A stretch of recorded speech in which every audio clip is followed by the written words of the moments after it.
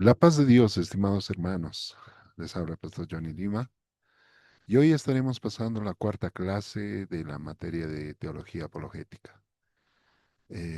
Razones de fuerza mayor comprenderán la celebración por los 80 años de las Asambleas de Dios. Bueno, nos están obligando a poder realizar este video grabado, así que quisiera pedirles toda su atención para que podamos aprovechar bien el tiempo. Ustedes saben que lamentablemente los tiempos nos han dificultado poder retrasar más la materia, así que es por esa razón que me he permitido enviar este video para que de esta forma no podamos seguir retrasándonos. Amén. Bien, vamos a orar para dar inicio a esta clase. Gracias, amado Señor, te damos en este tiempo, Señor, que nos concedes, Padre, para poder aprovechar y estudiar más tu palabra, para poder discernir correctamente aquello que tú nos has dejado y lo cual debemos, Señor, estudiar. Gracias, amado Dios. Pon sabiduría en nuestra mente, en nuestras bocas, Señor. Pon sabiduría en nuestro corazón para poder entender, Señor, aquello que tú quieres transmitir a nuestra vida, Padre. Te ruego, Señor, en este tiempo, ayúdanos, Señor, a discernir correctamente. Te lo ruego en el nombre de Jesús. Amén y amén. Muy bien, mis queridos hermanos, entonces vamos a proceder a avanzar esta cuarta clase. Si me permiten, voy a hacer la presentación. Bueno, es importante que puedan tener el texto a mano. He estado viendo que algunos hermanos no han comprado todavía el texto. Es importante que lo hagan, por favor. Hay algún material todavía que queda en secretaría, así que por favor deben hacerlo, porque de este texto van a salir las preguntas del examen. Amén.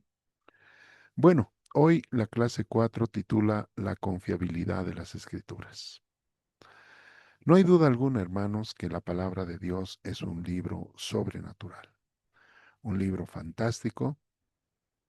En realidad es un compendio, ¿no? Es una enciclopedia de 66 libros, ¿no? En un solo tomo, ¿no? La palabra biblios significa libros, ¿no? Entonces, este libro ha marcado la historia de la humanidad, ha trascendido en el tiempo, es el libro más vendido en el mundo, ¿no? Muy vendido, el más vendido, ha roto todos los récords. Es el libro que se ha traducido en la mayor cantidad de idiomas y dialectos. También es el libro que ha sido utilizado en el invento, uno de los inventos más maravillosos de este siglo, de estos siglos más bien, que es la imprenta, ¿no? Entonces, la Biblia, como les digo, hermanos, ha marcado un punto de referencia muy importante. Es un libro que no solamente te ayuda a llenarte de información, sobre todas las cosas, es un libro que puede transformar tu vida. Lo ha hecho con millones de personas, lo sigue haciendo y lo va todavía a seguir haciendo hasta que el Señor venga. Algunos eruditos dicen que la Biblia es una carta de amor dirigida por Dios al ser humano, ¿no? Inspirada por medio del Espíritu Santo a hombres y mujeres que han marcado un punto de referencia en la historia de la humanidad. Es la historia de Dios, ¿no? Hablando al hombre. Es la historia del amor de Dios hablando al hombre. Amén. Así que de este libro vamos a conversar en este tiempo. Vamos al punto uno, el respaldo bíblico, la inspiración versus dictado, ¿no?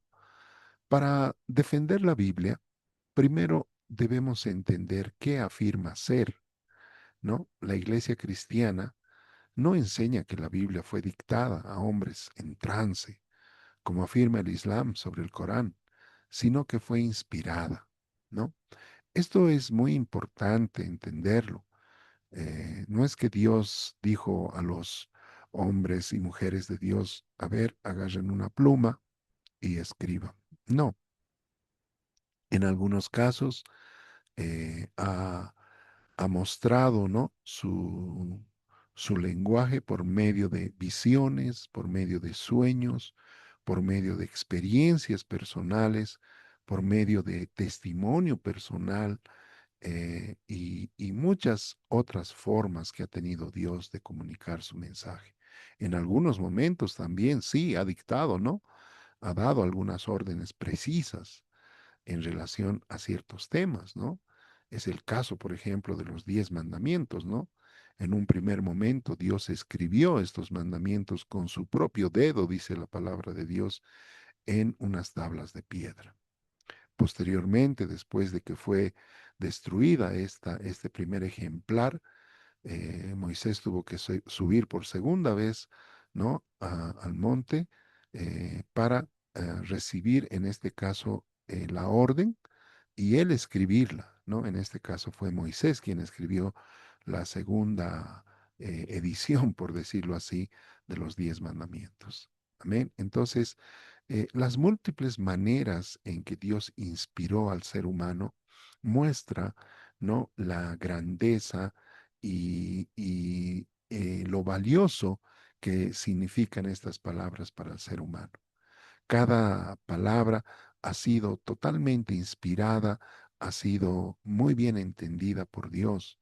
Hoy cuando vemos que este libro ha sido traducido en tantos idiomas y tantos dialectos, no ha cambiado su esencia, no ha podido ser tergiversada en su totalidad. En algunos casos tal vez ha sido mal interpretada, mal traducida, pero en líneas generales el libro que tenemos hoy en la mano, al cual llamamos la Biblia o la palabra de Dios, es un libro que ha inspirado a muchas generaciones, a miles de generaciones, a una transformación total en su vida, en su pensamiento, en su accionar. En 2 Timoteo 3:16, Pablo le escribe a su discípulo Timoteo y le dice, toda, y reitero, toda la escritura es inspirada por Dios y útil para enseñar, para redarguir y para corregir. Qué tremendo, ¿no?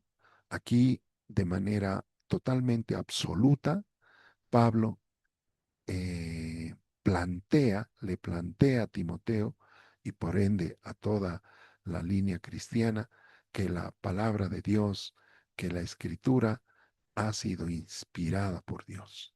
Todo nació en el corazón de Dios o lo permitió que fuera plasmada en un escrito al ser humano. Y la utilidad de este libro está relacionada a aspectos como la enseñanza, ¿no? Que es muy importante para redarguir, es decir, para poder hablar acerca de algunos temas o explicar algunos temas que han sido mal entendidos, ¿no? Mal entendidos. Redarguir es volver a, ¿no? Y para corregir, dice, también, ¿no? Para corregir tal vez el camino del ser humano, para corregir algunos pensamientos que el ser humano tiene desde una perspectiva totalmente moral, ética, muy elevada, ¿no? La escritura, la palabra de Dios, tiene valores muy elevados que pueden regir al ser humano a una vida de bien. En segunda de Pedro 1:21, también el apóstol dice, porque nunca la profecía fue traída por voluntad humana, ¿no? Sino que los santos hombres de Dios hablaron siendo inspirados por el Espíritu Santo. Aquí podemos ver que la palabra inspiración se repite nuevamente y es por eso que esta palabra inspiración tiene mucho que ver con una realidad vívida acerca del planteamiento que tiene Dios al ser humano bajo ciertos criterios de experiencia, ¿no? Es el caso de Job, por ejemplo. El libro de Job habla de un hombre que lo ha perdido todo, pero que al final, por su perseverancia, por su eh, voluntad de continuar hasta el final, pues se le restituye todo lo que había perdido, ¿no? Obviamente la enseñanza va más allá y trasciende más allá de esto. Sin embargo, lo que quiero aclarar, dejar en claro es que Job tuvo que vivir, ¿no? Una experiencia y después de eso probablemente escribirla. También es el caso de Oseas, ¿no? Es un profeta menor que también tuvo que vivir una experiencia muy complicada, muy difícil en su vida, ¿no? Para poder después dar a entender lo que Dios quiso decir. Amén. En ese sentido, es importante entender ese aspecto, este primer aspecto, ¿no? Que la Biblia no fue dictada, como algunos piensan, ¿no? Sino que fue inspirada, inspirada por Dios. La doctrina de la inspiración significa que Dios utilizó las personalidades, el contexto cultural, el contexto histórico, ¿no? Y el vocabulario de más de 40 autores diferentes a lo largo de 1500 años en tres continentes diferentes para transmitir su mensaje de manera infalible. Amén. Realmente es un libro extraordinario, único. No existe otro libro similar a la Biblia, ¿no? Que haya demorado tantos años en ser escrita y que tiene una coherencia, pero sobrenatural, extraordinaria, ¿no? Estamos hablando del plan de Dios, del plan de redención de Dios hacia la humanidad. Pero la pregunta surge, ¿cómo sabemos que este mensaje llegó intacto hasta nosotros? Bueno, para ello, los historiadores aplican tres pruebas, ¿no? Para saber que este libro ha marcado o ha trascendido en la historia. Primero, la prueba bibliográfica, ¿no? La prueba bibliográfica, la montaña de manuscritos. Ningún libro de la antigüedad tiene los documentos originales, autógrafos se llama, todos sobrevivieron a través de copias manuscritas. La ciencia de la crítica textual analiza cuántas copias existen de un documento antiguo y cuánto tiempo pasó entre el original y la copia más antigua. Obviamente, este aspecto le va a dar la credibilidad y el fundamento necesario para darle validez al escrito en cuestión. Para poner esto en perspectiva, explora, dice, cómo se compara el Nuevo Testamento con las obras clásicas que enseñamos en las universidades o colegios, sin dudar de su autenticidad. Veamos,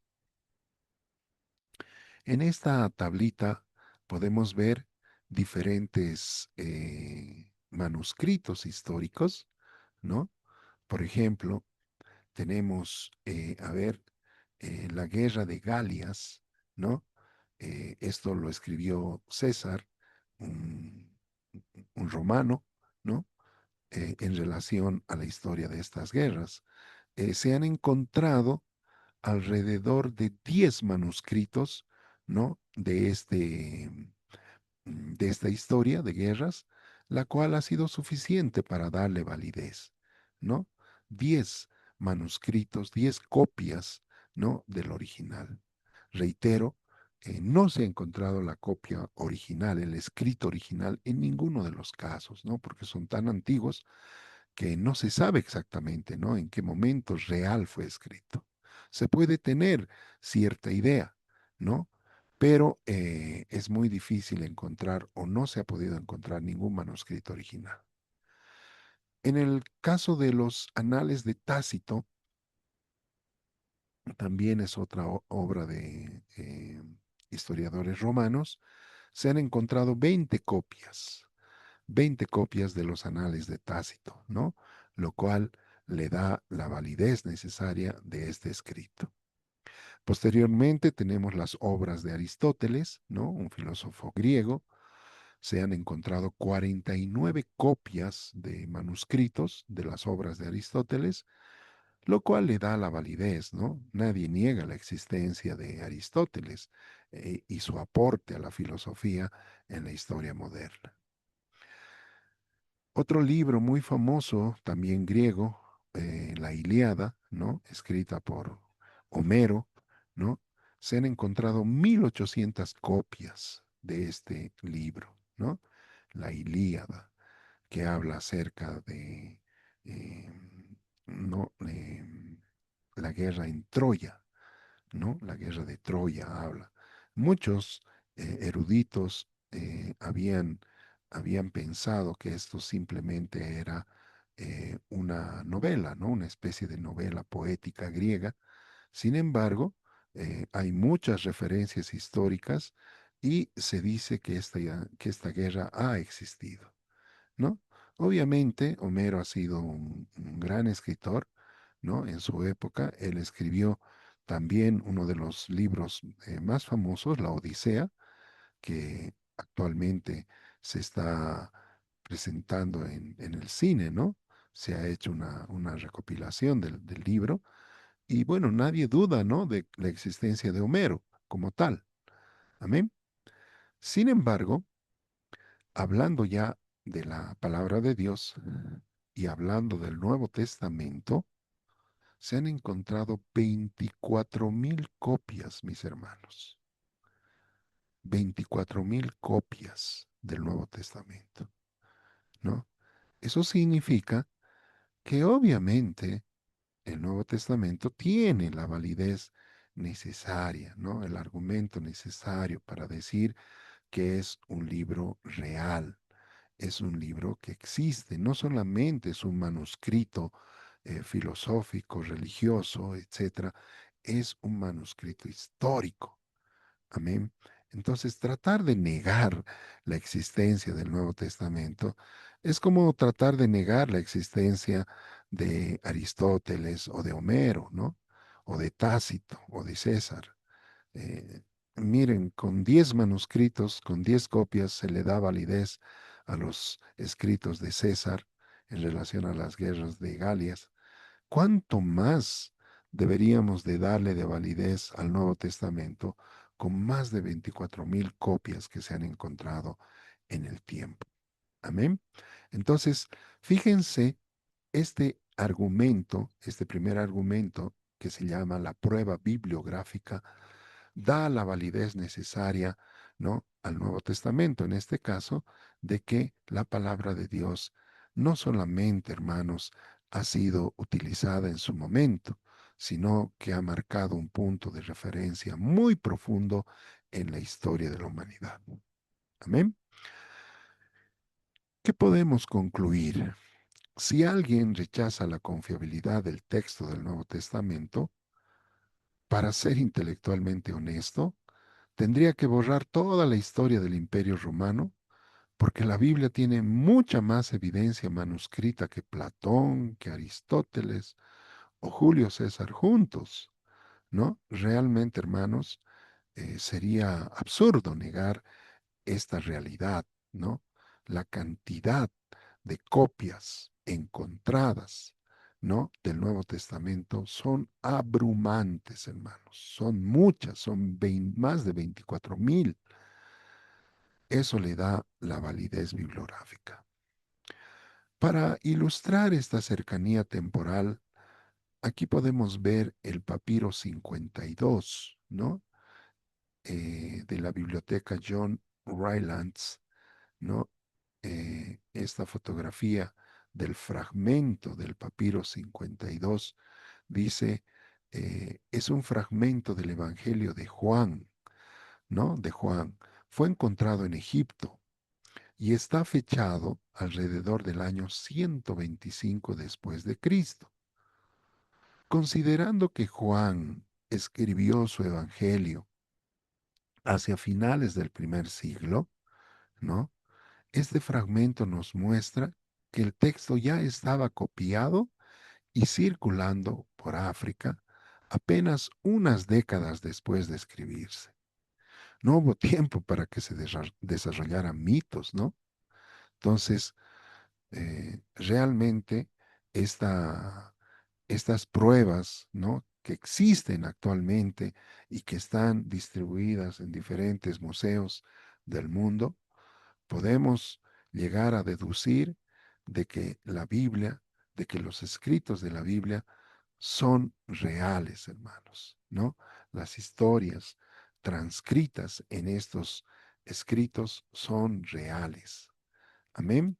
Es muy importante entender este aspecto, mis queridos hermanos, porque esto le da el valor, les digo, el valor a, o la validez más bien al escrito, ¿no? Del Nuevo Testamento. Amén. Entonces, reitero, es muy interesante este papiro 52, ¿no? Que fue encontrado en Egipto. Está fechado alrededor del año 125 después de Cristo. Se dice que el apóstol Juan murió más o menos el año 96 después de Cristo. Fíjense, casi 11 años después ya estaba circulando el Evangelio de Juan, ¿no? Entonces, repito, este fragmento nos muestra que el Evangelio de Juan ya estaba copiado y circulando por África apenas unas décadas después de escribirse. No hubo tiempo, ¿no? Para que se desarrollaran mitos o se cambiara o se tergiversara, ¿no? Como muchos eh, detractores de la Biblia tratan de insinuar, ¿no? Cuando dicen que la Biblia es más bien un conjunto de mitos y leyendas. Eso habla mucho de la ignorancia de las personas que llegan a deducir de esta manera, ¿no? Es porque no entienden, no comprenden o finalmente no quieren entender sus prejuicios sociales, personales, les lleva a comentarios totalmente fuera del contexto histórico, del contexto literario, del contexto cultural. Pero, ¿qué podemos decir del Antiguo Testamento? Los críticos solían decir que el Antiguo Testamento había sido alterado. Esto cambió en 1947 con el descubrimiento arqueológico más importante del siglo XX. Reitero, en 1947, los rollos del Mar Muerto, que fueron descubiertos en las cuevas del Qumran, ¿no? Ahí en la fotografía podemos ver algunos fragmentos que se han encontrado. Estos fragmentos son de los rollos del Mar Muerto, ¿no? Antes de 1947, nuestra copia hebrea más antigua del Antiguo Testamento databa del año 900 después de Cristo. Los rollos del Mar Muerto, fechados en el siglo II antes de Cristo, nos retrocedieron 1000 años en el tiempo. Al comparar, por ejemplo, el rollo de Isaías, encontrado en las cuevas, con el que teníamos en 1947, los eruditos descubrieron que eran prácticamente idénticos en más de un 95%. El 5% restante eran meros cambios de ortografía, como honor versus honra, sin afectar ninguna doctrina. Qué tremendo, ¿verdad, hermanos? Entonces, los descubrimientos de 1947 en los rollos del Mar Muerto, ¿no? En las cuevas del Qumran, han dado una validez, pero increíble, hermanos, a los manuscritos más antiguos del Antiguo Testamento. Tremendo. Entonces, este es el primer elemento que valida la palabra de Dios. Como dijimos hace rato, a esto se conoce como la prueba bibliográfica. En segundo lugar, la evidencia interna, ¿no? La evidencia interna, el criterio de vergüenza. Amén. Los historiadores buscan detalles en los textos que indiquen que los autores decían la verdad y no estaban inventando una leyenda. Uno de los métodos más fuertes es el criterio de vergüenza. Bueno, así se llama a este elemento que usan los historiadores literarios en relación a ciertos manuscritos encontrados que dan a entender una historia, ¿no? Marcada en la humanidad. Si vas a inventar una religión para para ganar poder, dinero o prestigio, pintarás a los líderes como héroes infalibles, ¿no? Ese es un elemento. Pero los evangelios hacen exactamente lo contrario, ¿no? Y eso es lo lindo de la Biblia, la verdad. La Biblia no te va a ocultar ninguna historia. Te va a hablar de cómo Noé se emborrachó, de cómo David adulteró, de cómo Saúl se suicidó y muchas otras historias que traerían en vergüenza la misma historia judía. Sin embargo, la Biblia no trata de preservar un cierto privilegio, ¿no? Sino, por el contrario, trata de confrontar al ser humano con la verdad. Nos habla de historias buenas y malas, como si fueran consecuencias de decisiones tomadas por hombres y mujeres similares a nosotros, y nos da una advertencia profunda de las decisiones que debemos tomar para sobrellevar este camino. La Biblia, por tanto, tiene esa verdad muy profunda en sus escritos. Amén. Podemos leer, por ejemplo, en Marcos, en el Evangelio de Marcos. A ver, les voy a dar un minutito para que lo puedan buscar. Marcos capítulo 14, versículo 66. A ver, lo vamos a buscar. Marcos 14, versículo 66. A ver, les doy un medio minutito para que lo puedan buscar.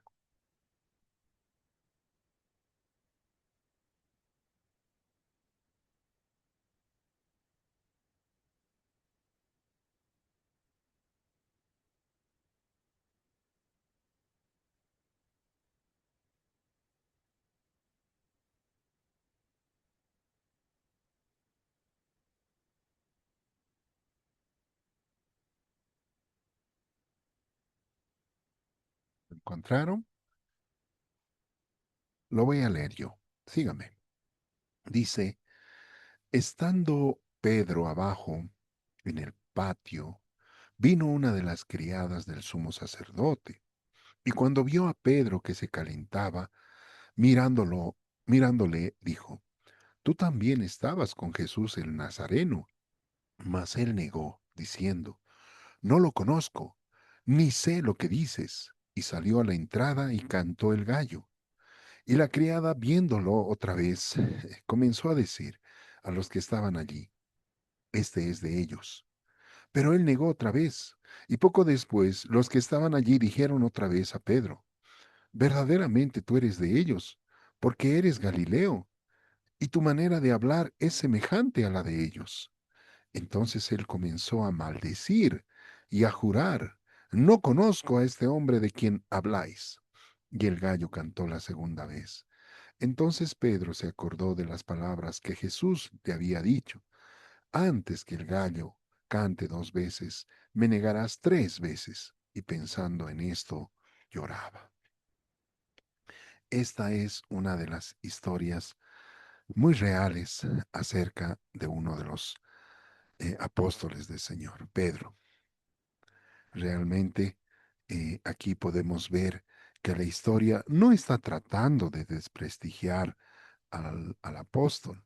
Por el contrario, nos está mostrando el carácter de un ser humano.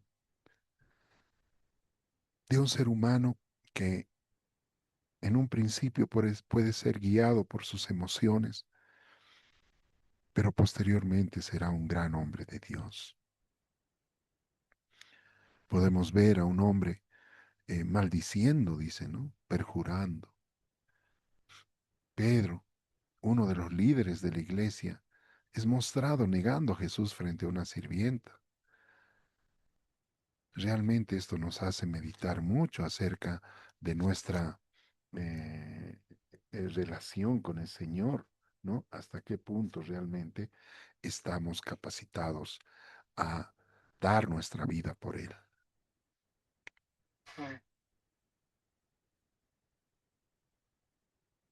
Los discípulos son descritos a menudo como cobardes, lentos para entender y discutiendo sobre quién sería el mayor.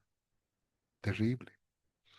También, hablando de la resurrección, en los cuatro evangelios, las primeras testigos de la tumba vacía son mujeres. En el siglo primero, el testimonio de una mujer no era válido en un tribunal judío ni romano. Si los apóstoles estuvieran inventando la historia, habrían puesto a líderes masculinos respetados como los primeros testigos. La única razón por la que incluyeron a mujeres es porque así es como realmente sucedió. Nuevamente, hermanos, reiterándoles acerca de la validez de la palabra de Dios, es importante entender este criterio de vergüenza, ¿no? Esta se entiende como una evidencia interna. Es como cuando tú quieres escribir un libro y quieres resaltar a la figura principal, siempre le vas a poner en lugares de héroe, ¿no? Muy difícilmente vas a tratar de mostrar sus limitaciones, sus pecados, sus vergüenzas, porque indiscutiblemente el libro puede tener esa variante de mostrar a un héroe que no es completo de verdad. Eso, eso básicamente es lo que nos muestra la Biblia, ¿no? Es interesante que Dios haya permitido que cuatro diferentes hombres, ¿no?, hayan escrito sobre un mismo suceso. Los cuatro evangelios que hoy conocemos fueron escritos por hombres de diferentes historias, ¿no?, provenientes de diferentes vidas. El caso de Mateo, un cobrador de impuestos, un publicano, escribiendo de Jesús.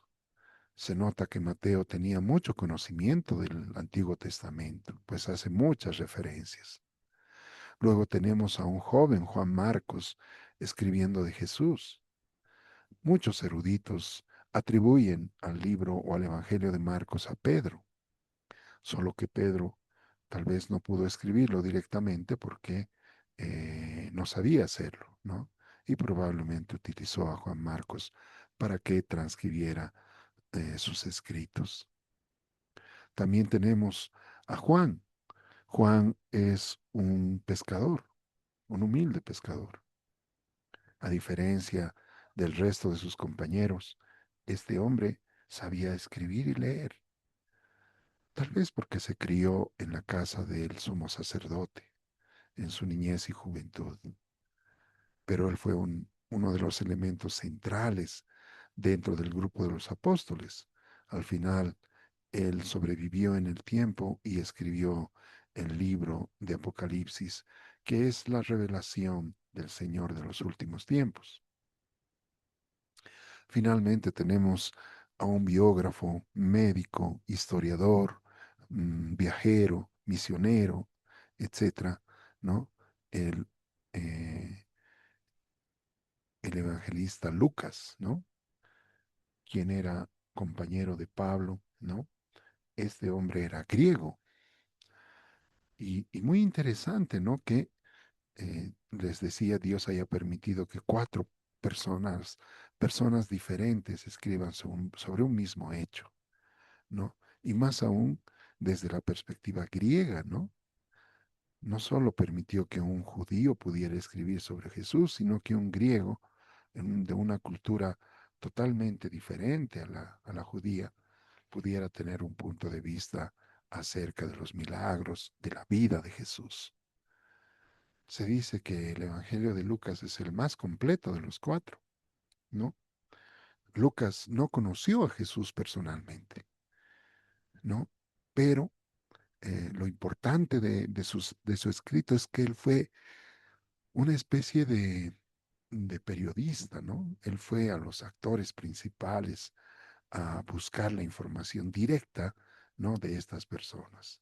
Él conoció a los apóstoles del Señor, conoció a la madre de Jesús, a los hermanos y a los apóstoles y a muchos otros personajes que participaron en esta historia, a los cuales entrevistó directamente, y es ahí de donde sale el Evangelio de Lucas. Esto entonces en relación a la evidencia interna. Otro elemento a nuestro favor es la evidencia externa, ¿no? Esto habla de escritos extrabíblicos, ¿no? Escritos que no están en la palabra de Dios, escritos que fueron, ¿no? Valga la redundancia, fueron escritos por personajes que no están dentro de la Biblia. La evidencia externa, se pregunta, ¿confirma la arqueología y la historia secular lo que dice la Biblia? Por ejemplo, durante mucho tiempo, la arqueología secular dudaba de figuras y lugares mencionados en la Biblia. Por ejemplo, los críticos afirmaban que Poncio Pilato era un personaje de ficción inventado por los cristianos, ya que no había, según ellos, ningún registro romano en Judea. Sin embargo, hermanos, años después se encontró una piedra con una inscripción de Poncio Pilatos en Cesarea, ¿no? Ahí podemos ver eh, eh, el nombre, ¿no? De Pilatus, dice, ¿no? Poncio Pilatus. Entonces, estos escritos de la época de Jesús obviamente son pruebas irrefutables de la existencia de ciertos personajes que en su momento eran difíciles de creer. En 1961, cuando arqueólogos de Cesarea, en Cesarea Marítima, encontraron un bloque de piedra caliza con una inscripción oficial en latín que decía Poncio Pilato, prefecto de Judea. Como señaló el renombrado arqueólogo judío Nelson Glueck, se puede afirmar categóricamente que ningún descubrimiento arqueológico ha contradicho jamás una referencia bíblica. Como Jesús decía, si las personas no alaban, las piedras lo harían.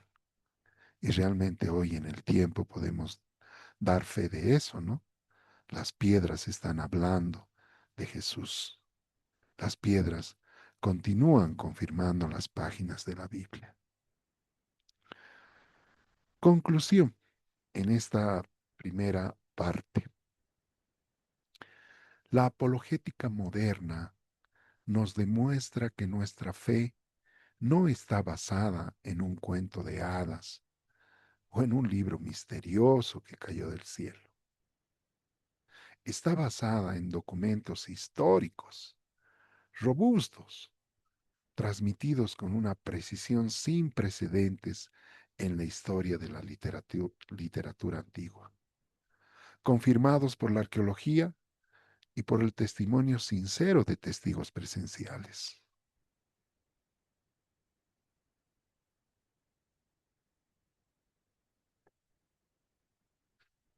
Como dice el teólogo F. F. Bruce, la evidencia a favor de los escritos del Nuevo Testamento es tan abundante que si se tratara de escritos seculares, su autenticidad sería aceptada por todo el mundo sin la menor duda.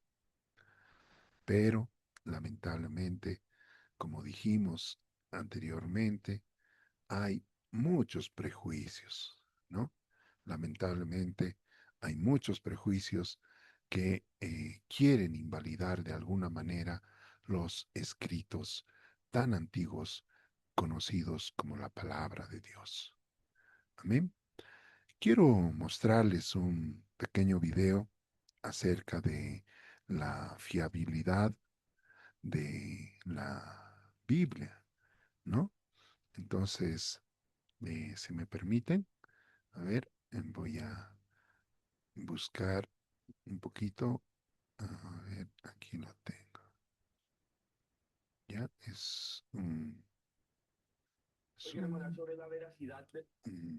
un- es una entrevista que se le hace a un joven investigador acerca de la confiabilidad de la Biblia. Amén. Así que vamos a observar este video con atención.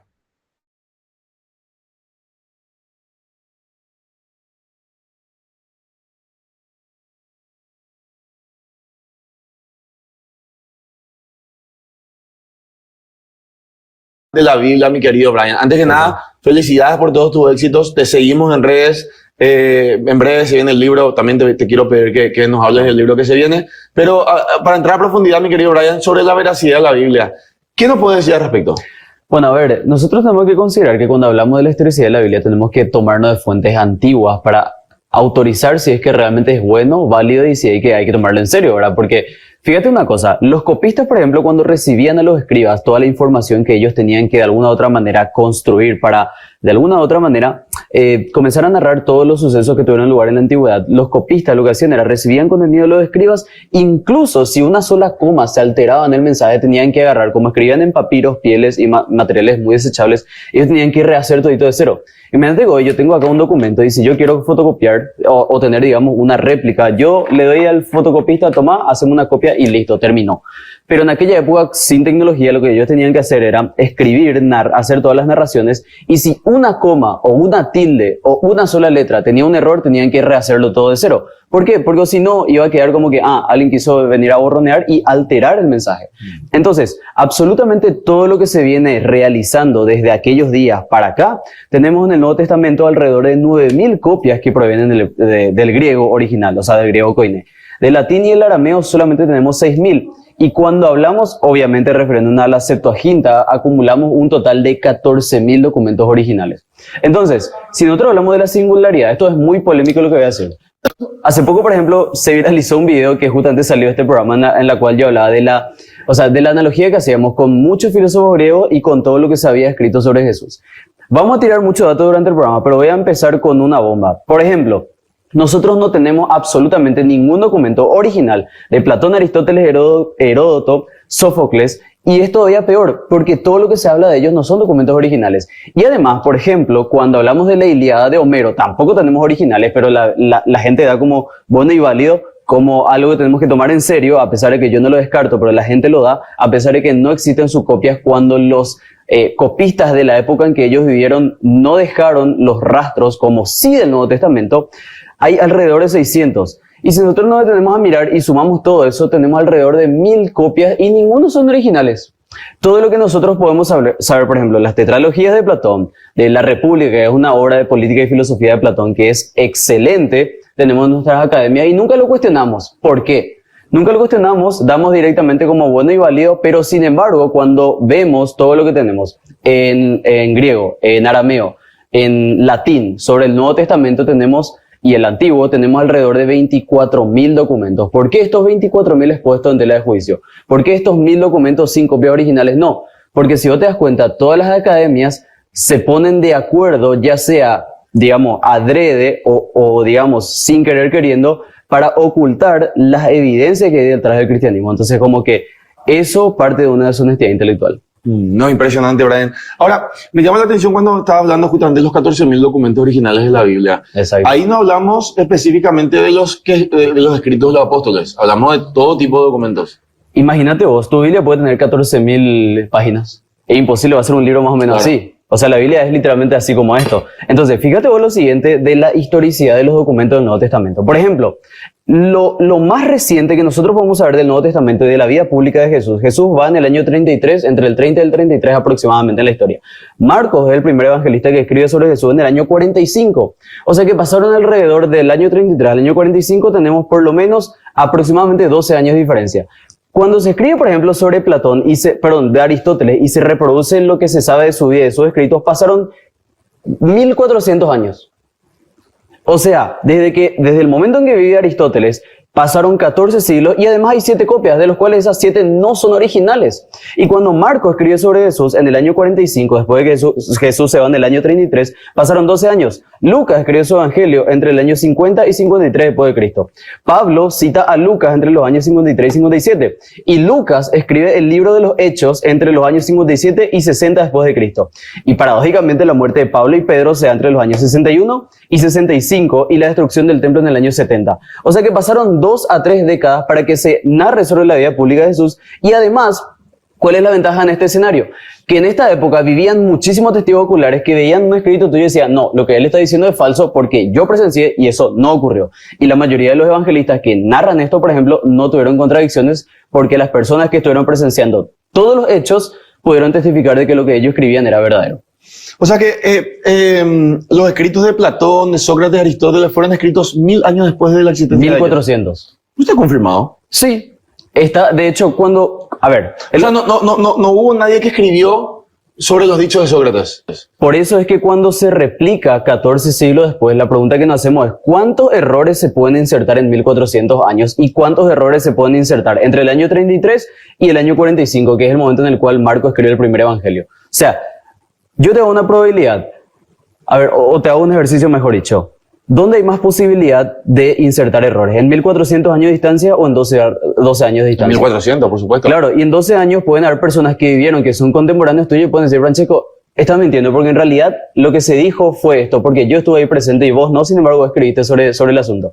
En 1400 años son un montón de generaciones, muchos siglos, muchas épocas, muchos contextos han pasado, y la cuestión es, ¿cuántos errores se pudieron haber metido durante esos 1400 años, cada centenar de años? Es muchísimo. Y fíjate quiénes encima, además hay mucha arrogancia, por ejemplo, cuando se dice que todo esto se determinó en el Concilio de Nicea. Mira, para que te des una idea, todo se termina de escribir en el año 70 los Evangelios. El Concilio de Nicea, el primer Concilio de Nicea, se hace o se lleva a cabo recién en el año 312. Estamos hablando de 3 siglos. Y los primeros 7 concilios ecuménicos donde se debatía no el canon, sino cómo se iba a administrar y ordenar las iglesias, digamos, de sus confesiones de aquella época, pasaron aproximadamente 7 siglos. El concilio primero de Nicea hasta el segundo concilio de Nicea, que es recién en el año 787. O sea, estamos hablando del concilio de Éfeso, el concilio de Calcedonia, el concilio de Constantinopla, el concilio segundo de Nicea, el concilio 2 y 3 de Constantinopla. Todos estos concilios tienen lugar 700 años después de la vida de los apóstoles. Impresionante, Brian. Yo ese tema de los pensadores griegos no sabía. Ahora, me voy a poner la piel de ateo y te voy a hacer una consulta que te hice hace poco, pero la audiencia se renueva y creo que está bueno decirlo. Yo soy ateo, Brian. Me chupa un huevo tu fe. No creo en el Evangelio. No creo en los apóstoles. ¿Quién es otra persona que escribió sobre Jesús o que escribió documentaciones que respaldan la veracidad de la Biblia? Son muchísimos, entre ellos, por ejemplo, Justino Mártir, Tertuliano, Orígenes, Ireneo, Tácito, Dámaso, Flavio Josefo. La cuestión es, si sos ateo, se supone que tu vara de medir las cosas es la razón. ¿Todo esto que yo te acabo de mencionar son cristianos? No. ¿Creerías en ellos? ¿Y qué dijeron? Por ejemplo, Flavio Josefo dijo que había en aquellos días cuando Jesús, bajo el gobierno de Tiberio en el Imperio Romano, fue sentenciado crucificado por un tal Poncio Pilatos. ¿Eso está en el Evangelio? Sí. ¿Pero quién lo narra? Flavio Josefo. ¿Flavio Josefo fue cristiano? No. ¿El judío acepta al Mesías como el Señor y Salvador de la humanidad? No. ¿Los judíos aceptan el Mesías que fue Jesucristo en la historia? No. Flavio Josefo agarró y dijo que resucitó al tercer día. ¿Él tenía algo que ver? No. Plinio el Menor, o como le dicen algunos, Plinio el Joven también dice que la multitud o la muchedumbre seguía a un tal Jesús, a un Crestus en su palabra original, y sin embargo lo adoraban como si fuera un Dios. Y él ni siquiera era cristiano, no era un seguidor de Jesús, no era siquiera alguien que aceptó la Biblia como la palabra de Dios, salvo la Torá, pero nunca el Nuevo Testamento. Y sin embargo ellos dijeron que Jesús resucitó al tercer día. O sea, la cuestión es que si la razón es tu vara de medir, tomás estos autores que están por fuera, digamos, de los 4 evangelios, Mateo, Marcos, Lucas y Juan, ellos atestiguan sobre Jesús y ellos ni siquiera son cristianos, son judíos. Qué impresionante será. Efra, me dijiste que tenemos un corte ahora o ya se fue el tiempo. Consulto, querido, porque esto está buenísimo y claro, cuando uno está entretenido no tiene razón del tiempo. Cuando me dicen acá tenemos un corte, ¿te queda un tiempo más conmigo? Claro, totalmente. Estamos presentando Camino al Desarrollo, el programa oficial de la FECOPROD. Volviendo a nuestro tema, mi querido Brian, tenemos 12 minutos porque me quedé colgado así y pasa rápido el tiempo, ¿verdad? ¿Hay documentación que respalde la existencia de Cristo? Totalmente. Bueno, yo no sé si es coincidencia, por ejemplo, que cuando los discípulos de Jesús estaban adorando y alabando, por ejemplo, Jesús dice, si ustedes callan, hasta las piedras hablarán. Pero yo no sé si específicamente se refería a la arqueología, pero fíjate vos, a finales de los años 40 del siglo anterior, por ejemplo, un beduino sería como, digamos, como un nómada que se mueve originalmente en Siria o en el África septentrional, por ejemplo, o en Siria. Entonces, este beduino se va, por ejemplo, y lanza así una roca contra un animal peligroso y escucha de repente un trax. Y el tipo se pregunta, ¿qué es esto? Se va, recoge esa vasija, saca unas cuantas documentaciones, por ejemplo, para saber qué es lo que había ahí adentro. Y él se va, por ejemplo, y vende eso. Son lo que en la historia se denomina como el descubrimiento de los rollos del Mar Muerto. Él vende esos rollos que encuentra dentro de esa vasija a la Universidad de Jerusalén. La Universidad de Jerusalén recibe todo eso y encontraron un montón de porciones de todos los libros del Antiguo Testamento y un rollo completito del libro de Isaías. Y pusieron en contraste las Biblias que, por ejemplo, utilizamos en la actualidad versus todos los rollos que se encontraron ahí, y resulta que coincidía absolutamente todo lo que nosotros leemos en el libro de Isaías. Fue un descubrimiento que cambió toda la historia de la cristiandad, y si uno hoy quiere negar la historicidad de la Biblia, incluso el Antiguo Testamento, que los judíos le llaman la Torá, tiene que ser un deshonesto intelectualmente. Impresionante. No, yo esta documentación no tenía. O sea, cuando alguien viene y te dice, no existe documentación que subsana la existencia de Cristo, miente. No, claro, y aparte, fíjate vos que la Biblia es el libro más vendido de la historia, tanto así que ni siquiera se le da el título de bestseller. Hace 40 años atrás, por ejemplo, una sociedad bíblica señaló y hizo un cálculo matemático para saber cuánta Biblia hay que fabricar para llenar la demanda de todos los habitantes de la Tierra. Y en aquella época la Tierra no tenía 8.000 millones de habitantes como la tenemos hoy. Y sin embargo, para poder llenar la demanda de la gente demandando, queriendo leer este libro, se tenían que reproducir, o mejor dicho, reproducir una Biblia cada 3 segundos, trabajando 7 días de la semana, 24 horas al día, 365 días del año y 366 cuando hay año bisiesto. Entonces la cuestión es que para lograr que todo el mundo tenga este libro, se necesitaba por lo menos una Biblia cada 3 segundos.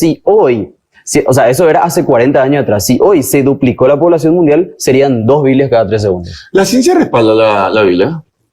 Fíjate vos, te voy a contar un hecho histórico que es muy interesante. Por ejemplo, en el pasado, Anaximander, él teorizó el planeta como un plato de 3 masas continentales, cosa que obviamente hoy sabemos que no es así porque tenemos 5 continentes. Los Vedas, por ejemplo, creían que la Tierra era como un plano que estaba sobre pilares. Literalmente, parece chistoso o fantasioso, pero era así. En las mitologías chinas e hindúes, por ejemplo, estaba la creencia que se sostenía de que el planeta era un plano, obviamente, que estaba sobre la espalda de 3 elefantes, y esos elefantes estaban sobre una tortuga que nadaba en aguas infinitas. Parece chistoso, pero en la realidad se creía así.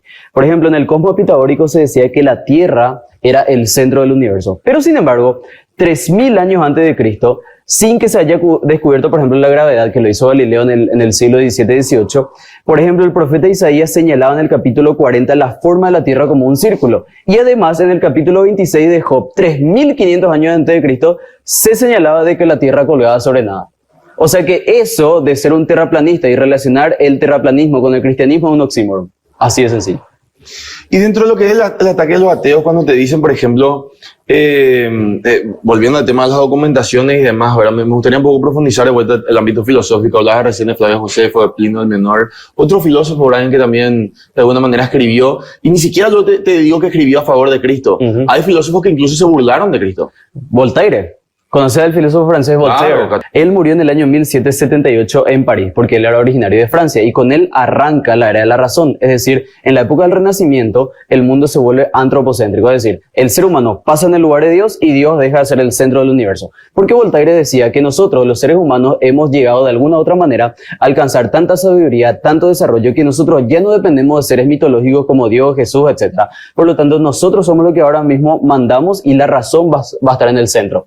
En 1778 él muere en París, y sin embargo, poco antes de morir, él dice: dentro de 100 años, como hemos avanzado mucho, el cristianismo va a pasar a la, digamos, a la ceniza de la historia. El cristianismo de alguna u otra manera va a pasar a los museos porque nosotros habremos construido la razón, el progreso en base a nuestros conocimientos y ya no vamos a depender de seres mitológicos. Él muere en 1778 en París y 30 años después de su muerte, cuando Voltaire pasa a las cenizas de la historia, en la Sociedad Bíblica de Génova comienza a utilizar su casa como depositorio y como reproductor de Biblias. Y quien pasó al museo fue Voltaire. Y hasta hoy día nosotros estamos en el año 2024 en un programa de televisión hablando de la Biblia y defendiendo su veracidad. O sea, el que pasó al final al museo fue Voltaire y lo que nunca se terminó distinguiendo fue el cristianismo de la Biblia. Y acá estamos. Y eso ni mencionar lo de Nietzsche, ¿verdad? Que Nietzsche es cierto que cuando hablaba de que Dios estaba muerto no se refería específicamente a Dios probablemente, pero sí se refería al cristianismo desde el punto de vista nihilista. Mira, fíjate por ejemplo que incluso Hitler, que tanto persiguió al pueblo judío, incluso a los cristianos, a los gitanos, y a un montón de etnias y grupos, porque muchas veces hablamos solamente de los judíos. Él llegó a perseguir a los cristianos también, pese a que él en A su los libro... gitanos, sí. Claro, pese a que él en su libro Mi lucha menciona a Dios en varias ocasiones, por ejemplo,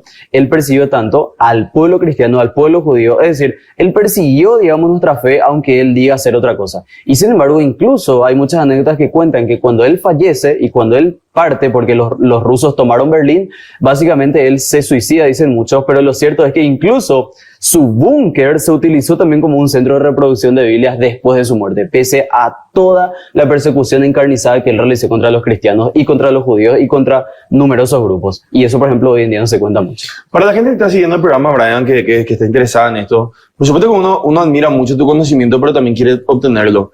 ¿Algunos libros que le recomienda a la gente para leer? ¿Algún filósofo contemporáneo de la antigüedad que recomiendes que la gente siga?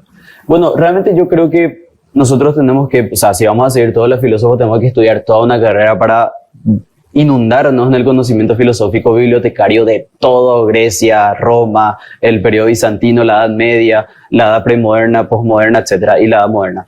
La cuestión es que yo recomendaría leer a aquellos investigadores que arrancaron como ateos y que a la larga, investigando todas estas evidencias, terminaron aceptando el cristianismo como un hecho veraz. Por ejemplo, Lee Strobel era uno de los mejores ateos que él tenía. Él trabajaba en el Chicago Tribune, allá en Estados Unidos. Y él, por ejemplo, tenía un cartel que decía, si tu mamá te dice que te ama, investígala. ¿Dónde está la evidencia? ¿Dónde están las pruebas? Él decía eso porque como una semejanza de tratar de venderle a la gente de que todo tenía que pasar por el método científico y por el uso de la razón. Y cuando su esposa se convirtió en cristiana, él dijo, yo voy a divorciarme, yo no quiero saber nada de esta gente fanática.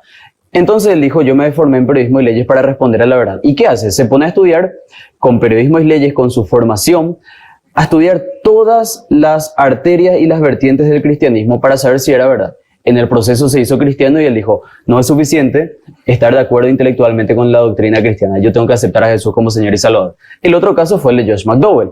Por ejemplo, él dijo que su papá era un alcohólico perdido, que no quería saber absolutamente nada de esto porque su papá iba a la iglesia y maltrataba a su mamá, y que ese era el ejemplo de ser de todos los cristianos. Y sin embargo, él dejó esa cuestión emocional y esa cuestión familiar personal a un lado y dijo, voy a ponerme a investigar en serio más allá de las cosas que yo viví en la vida. Entonces, él se pone a investigar sobre el cristianismo. En el proceso, él descubrió un montón de anotaciones que sugerían que aquel ser que vivió en Oriente Próximo hace 2000 años tenía mucho torrente de evidencia al punto que él aceptó el cristianismo y se convirtió en uno de los mejores apologetas de todos los tiempos. Anthony Flew es otro. Él hizo fortunas en base a decir que Dios no existe durante 50 años y entrado del siglo XXI él dijo, me equivoqué, después de tantos años de analizar resulta que sí hay la posibilidad de que una inteligencia creadora exista detrás de nuestras mentes limitadas. Y finalmente Anthony Flew pasó de ser un ateo rabioso, militante y combatiente a ser un defensor del deísmo. Incluso hasta hace poco Richard Dawkins, por ejemplo, decía, yo me considero culturalmente cristiano porque se está dando cuenta que la inmigración y que está desestabilizando la cultura de ellos, según sus propias palabras, básicamente le lleva a entender de que la cultura cristiana es mucho mejor. Pero para aterrizar, yo digo, Hechos Científicos en la Biblia es un libro muy interesante del apologista Ray Comfort. Yo recomiendo que lo sigan a él. La serie del caso del Jesús verdadero, el caso de los milagros, el caso del cielo, el caso de Cristo, etcétera, vienen todos de Lee Strobel, también son buenos. Evidencia que exige un veredicto de Josh McDowell, Fe razonable de William Lane Craig. Todos estos apologistas eran ateos, rabiosos, combatientes y militantes, y en el proceso decidieron ser honestos intelectualmente y decir, bueno, si hay evidencia sobre el cristianismo, tengo que aceptarla porque yo tengo que responder a la verdad y no a mis emociones. ¿Está bien que el cristiano dude, Brian?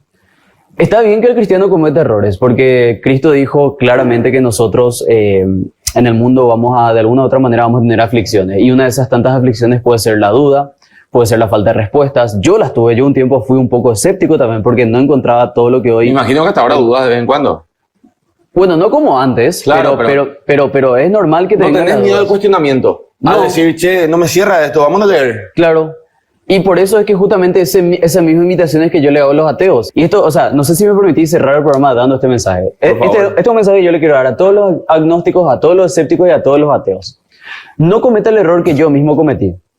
Porque yo, solamente por querer negar las evidencias a modo emocional, he cometido un montón de errores. No cometa un error si sos honesto intelectualmente. No niegue algo que usted no conozca. No niegue algo que usted no ha leído. Y no niegue algo que usted no ha investigado. Y no intente refutar algo que no se ha tomado la molestia de investigar. Eso aplica para todos los rincones de la vida. Entonces, no caigan en el mal juego de los ateos modernos y de los cristianos modernos que muchas veces basan su argumentación en la emoción y no en el debate sano, respetuoso y por sobre todo con evidencia. Yo creo que eso es un buen inicio. Última pregunta para cerrar el programa. ¿Cómo recomendás a la gente leer la Biblia? ¿Por dónde empezar? Porque sé que mucha gente está viendo, probablemente no son grandes lectores, pero dicen, hoy quiero comprometerme con esto. ¿Por dónde empezar? Mira, yo creo que tienen que hacer un compromiso honestos con ellos mismos y yo creo que si ellos verdaderamente quieren leer esta palabra, sepan que en esta palabra hay de todo. O sea, en la Biblia hay historias, hay profecías, hay metáforas, hay cartas mayores, hay cartas menores, profetas menores, hay historia de la iglesia, hay un montón de documentos fidedignos, como hemos estado hablando a lo largo del programa. Y si verdaderamente ustedes quieren de alguna u otra manera conocer más a ese ser que inspiró, como dice la palabra, sopló, porque la Biblia se escribió por inspiración, no por dictado. Entonces, como esto no se dictó, sino que fue inspirado, tienen que saber que su autor tiene una trascendencia que va más allá de mi humanamente limitada. Entonces, tomen la predisposición de darle una chance a ese ser de que les revele a través del Espíritu Santo qué tiene que comunicar en este tiempo a tu corazón. Y yo te recomiendo que arranques por el Evangelio de Marcos, porque en mi opinión personal, el Evangelio de Juan es el más espiritual, el de Mateo es más pedagógico, el de Lucas es más científico y el de Marcos es más genérico. Entonces, yo creo que el de Juan y el de Marcos sería muy bueno para entender qué es lo que pasó en el cristianismo primitivo, y en el libro de Hechos se narra toda la historia de la iglesia primitiva. Entonces, sé honesto contigo mismo, contigo misma, y dale una chance a ese ser que escribió y que sopló todo eso para que él mismo te comunique a partir del Espíritu Santo qué es lo que él te quiere dar a entender. Y por sobre todo que tengas un corazón receptivo y una mente lo suficientemente abierta, y el resto va a venir por añadidura. Brian Alvarín.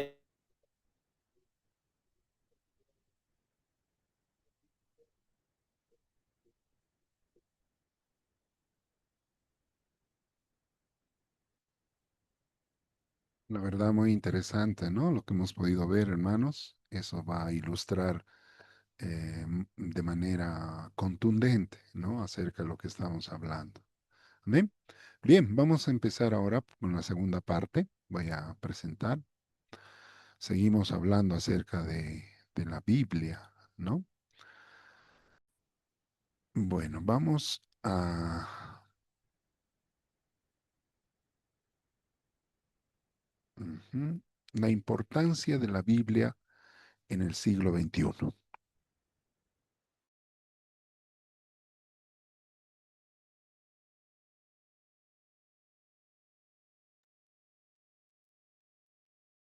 Récords mundiales y estadísticos. A ver, los números que rodean a la Biblia superan a los de cualquier otra obra literaria. Y varias de estas marcas están certificadas por el Guinness World Records, el libro más vendido de la historia. Se estima que se han impreso y distribuido entre 5.000 y 7.000 millones de copias en todo el mundo a lo largo de la historia. Realmente ese es un récord tremendamente incomparable. De hecho, como bien lo decía en el video, ni siquiera se considera como un bestseller. Es más que un bestseller. Ha roto todas las marcas de distribución. Realmente este libro trasciende, ¿no? Marca. Alguien decía, la Biblia o puede ser el libro más amado o puede ser el libro más odiado, ¿no? Está en esos dos márgenes siempre.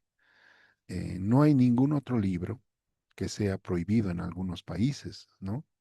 En algunos países musulmanes la Biblia está totalmente prohibida, no se puede introducir al país, ¿no? Eh, Está penada incluso con cárcel y en algunos países extremistas como Corea del Norte, Afganistán o otros países incluso puede costar la vida a la persona.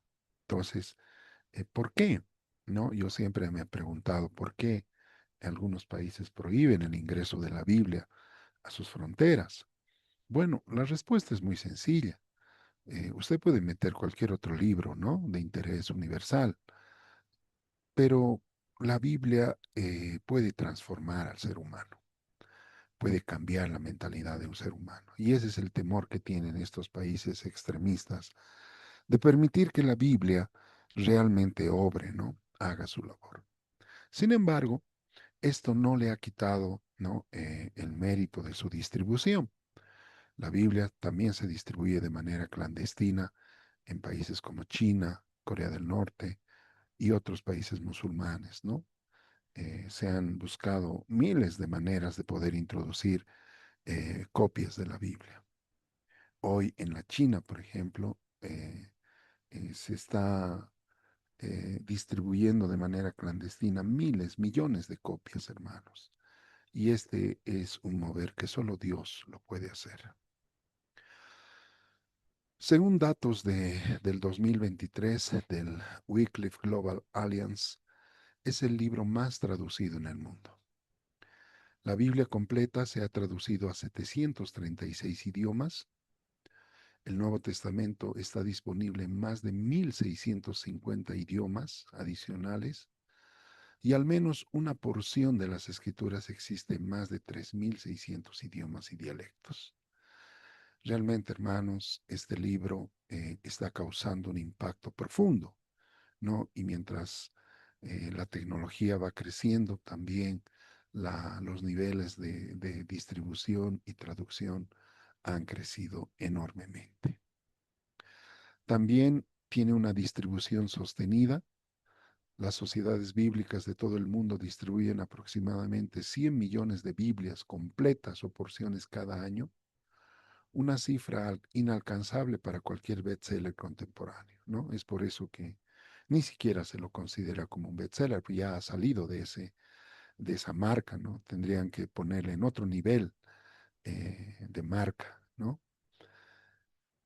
Tiene los manuscritos más antiguos, ¿no? Los códices sinaítico y el Vaticano del siglo IV después de Cristo son los ejemplares completos más antiguos que existen, mientras que los rollos del Mar Muerto conservan fragmentos del Antiguo Testamento que datan del siglo segundo y tercero antes de Cristo, ¿no? Realmente es inapelable su historicidad. Influencia en el siglo XXI. A pesar del avance de la secularización, en muchas partes de Occidente, la influencia del texto bíblico en el siglo XXI sigue siendo masiva, adaptándose a través de la tecnología y moldeando la geopolítica contemporánea. Por ejemplo, alcance digital. La aplicación YouVersions o Bible App ha superado los 700 millones de descargas a nivel mundial, ofreciendo más de 3.000 versiones de la Biblia. Esto presenta el nivel de accesibilidad más alto en la historia de la humanidad. No existe, ¿no? Hasta ahora un, una información tan distribuida como la palabra de Dios. El fundamento ético y legal. Los conceptos de derechos humanos, la dignidad intrínseca de la persona, la justicia social en el derecho internacional moderno, como la Declaración Universal de los Derechos Humanos, tienen profundas raíces en la cosmovisión judeocristiana, hermanos.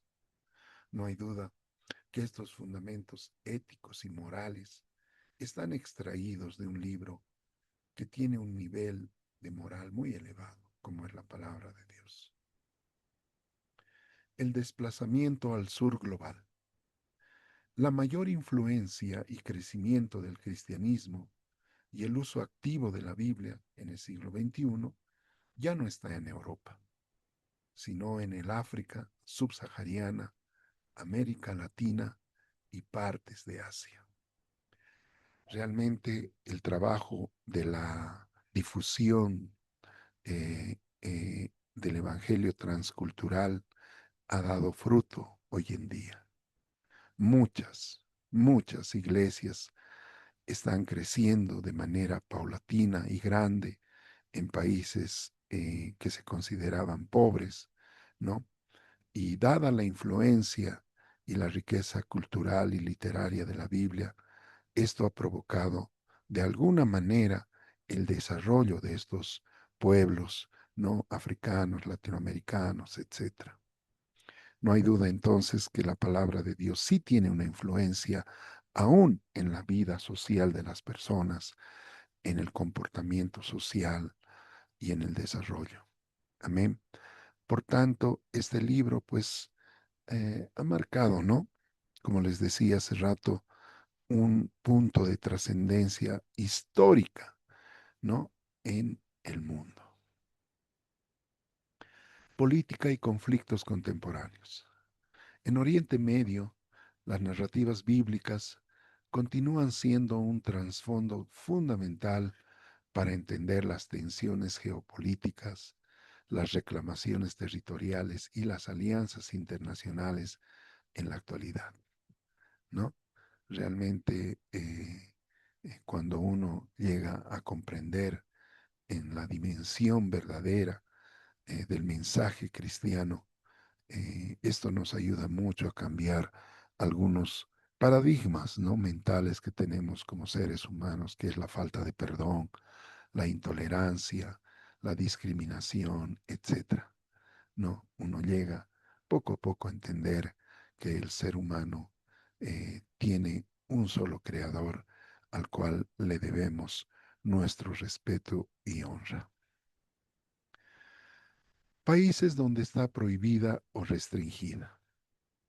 A pesar de su alcance global, la Biblia es considerada material ilícito y peligroso en varias naciones.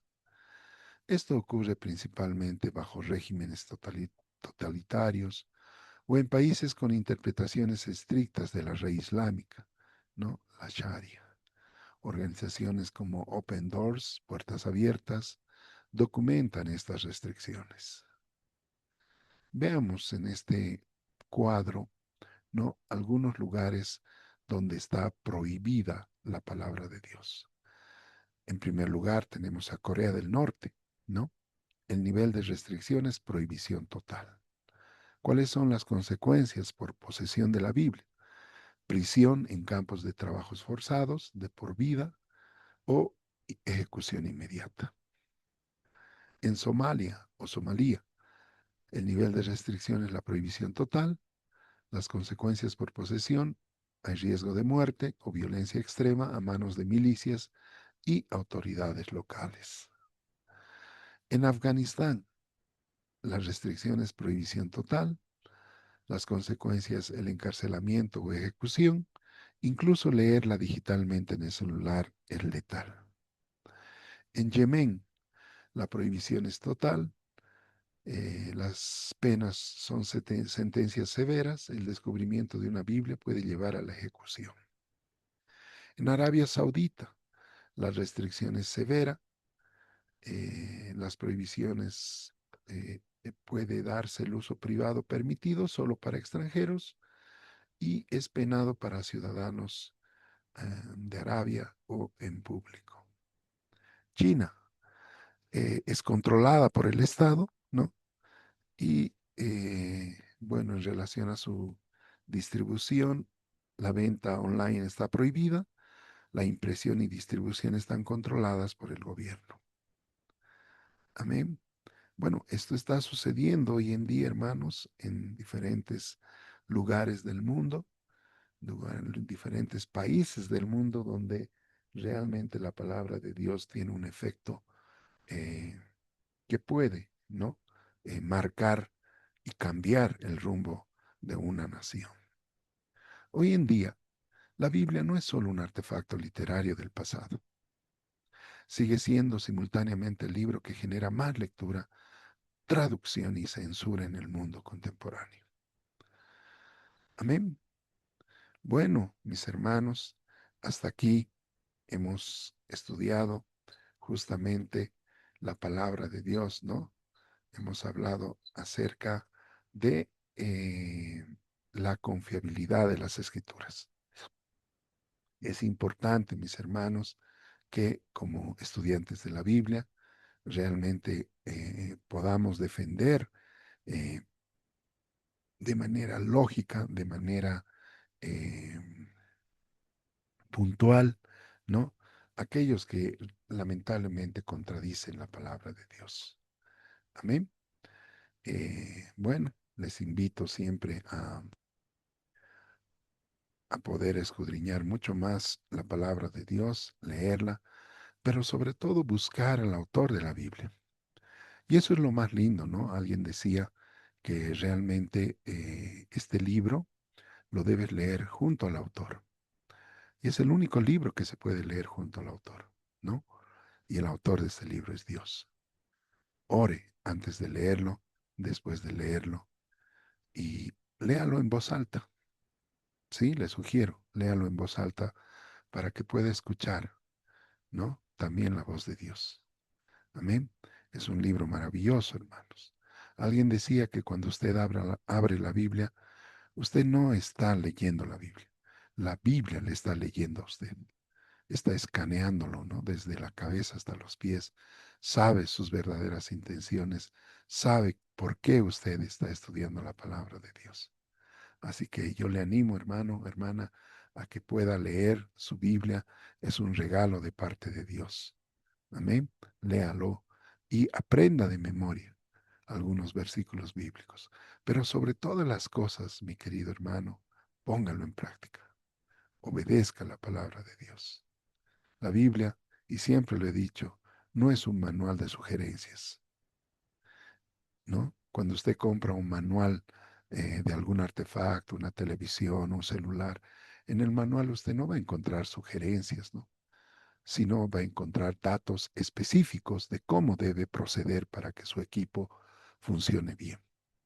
De la misma manera, la Biblia no es un manual de sugerencias de vida, no, es un manual donde el Señor pone de manera absoluta, radical y completa las normas de vida para que su vida pueda ser exitosa, aquí y en la eternidad. Si usted no desea poner en orden su vida, no desea obedecer estos mandatos que están escritos, hermano, las consecuencias van a ser fatales, van a ser tristes, ¿no? Y Dios no quiere, hermanos, que vivamos de una manera equivocada. Eh, no piense que la Biblia, como alguna vez un joven decía, es muy aburrida, pastor, decía. No, no, no. El aburrido es usted. La Biblia no es aburrida, ¿sí? La Biblia es un manual vivo, es un documento vivo, ¿no? El Espíritu Santo emerge de la palabra de Dios y nos da vida, nos da sanidad, nos da esperanza, muchas cosas, hermanos. Independientemente de la religión, no estamos hablando de seguir o continuar una religión. Estamos hablando de una relación personal con Dios. Y qué mejor encontrar el carácter de Dios en esta carta de amor que el Señor ha dejado al ser humano. Amén. Así que gracias, hermanos, por estar presentes en esta cuarta lección. Vamos a seguir avanzando, hermanos. La siguiente semana, Dios mediante, nos estaremos viendo. Amén. Bueno, antes de terminar, quiero indicar, permítame un segundo,